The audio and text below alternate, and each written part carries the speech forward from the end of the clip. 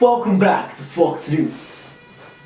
This week on New Talent, we visited a school in northwest London, Whitefields Academy, and we investigated a certain media group. They knew who they are. We were impressed so much with their trailer, which they had to produce for their A-levels, that we allocated a $2 million budget so they could create it into a feature film. This is a statement from one of the editors, and this is what they had to say. We'll be right back. We asked them, how did you use media technologies in the construction and research, planning and evaluation stages? And this is what they had to say.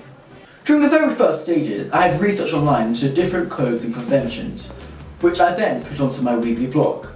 This was interactive because I was then able to share my ideas with the rest of my group, which would help us to try and challenge them, but also use it as a guide when producing our film.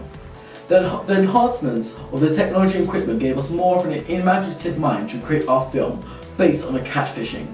We knew from the beginning what genre we wanted to make our trailer, which was a mix of both drama and thriller. In our A2 year, we had the privilege of using more advanced technology and equipment, whereas we were restricted in AS level. We were restricted to only using the flip cameras to capture our creativity and imagination, whereas in A2, we had the freedom of using the DSLR cameras, new lighting equipment, green screens and the GoPro, which were all high quality equipment because of their advanced technology properties. With this new equipment, we were able to produce a better quality trailer, as we were limited to particular equipment using the DSLR cameras, and the new lighting allowed us to film at night, which was an advantage because the quality still came out as good, as we had more advanced and new equipment to help us film what we needed to do. We used several different media technologies, one of which was SurveyMonkey. We used SurveyMonkey in order to collect data about what various people's interests are, whether they like slow pace or fast pace, what they find interesting in a trailer, what they dislike, and so on. The information that we collected was useful to us because we could then decide what we wanted to input into our trailer to make it appealing.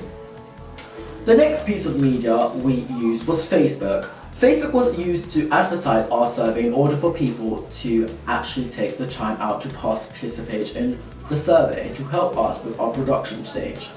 Facebook allowed us to communicate with a wider audience. Facebook is a popular social networking site for young teens, so this is why we chose to advertise our survey there. Lastly, Premiere Pro was used to create our teaser trailer. My role was the editor. I have not had that much experience from using Premiere Pro, so I simply learned as I went along.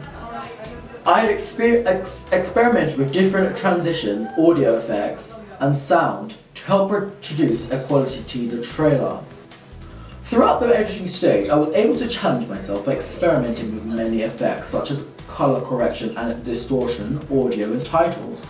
During the process of creating the intertitles, I tested out the Adobe After Effects because I wanted to portray the effect of typing text, which is a unique feature that some movie producers use at the beginning of the title and the end credits. It gradually flows across the screen, so for example, one of my intertitles says, based on a true story.